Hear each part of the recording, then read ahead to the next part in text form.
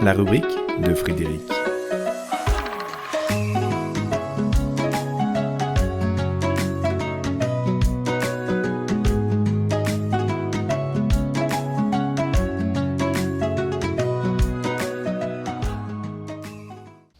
Chance ou pas de chance?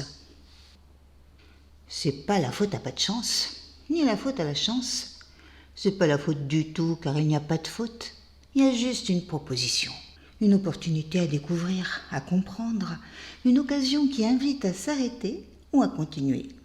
Une erreur qui peut en dire long, mais l'erreur n'est pas faute. L'erreur signe une possibilité de rectifier ce qui s'est avéré erroné. Croire que la preuve par 9 est une garantie absolue de justesse est une erreur. Et tant que celle-ci n'est pas prouvée et vue de nos yeux vus, nous restons persuadés du bon résultat de notre opération. Ainsi va la vie. Comme en mathématiques, quand un résultat paraît juste, il cesse de nous interroger. Mais si les résultats de nos actions ne nous questionnent plus, nous entrons dans des contrées de certitude monotones et parfois même soporifiques. Les problèmes à résoudre évitent l'engourdissement et l'endormissement sur nos lauriers fanés. Ils exigent que nous cherchions au-delà des réponses trop simples pour découvrir le petit ou le grand eureka qui emplit de joie. Car rien n'est plus jouissif que de trouver une solution au problème qui nous importe.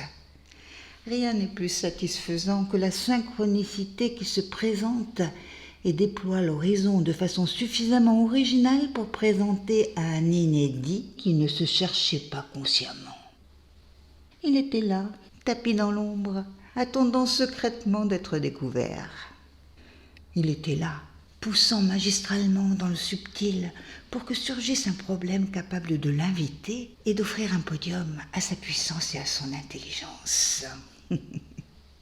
C'est pas la faute à pas de chance, ni la faute à la chance. C'est l'expression de la vie qui sans cesse provoque l'occasion d'aiguiser notre ingéniosité pour qu'elle suive le jeu de piste de l'incarnation.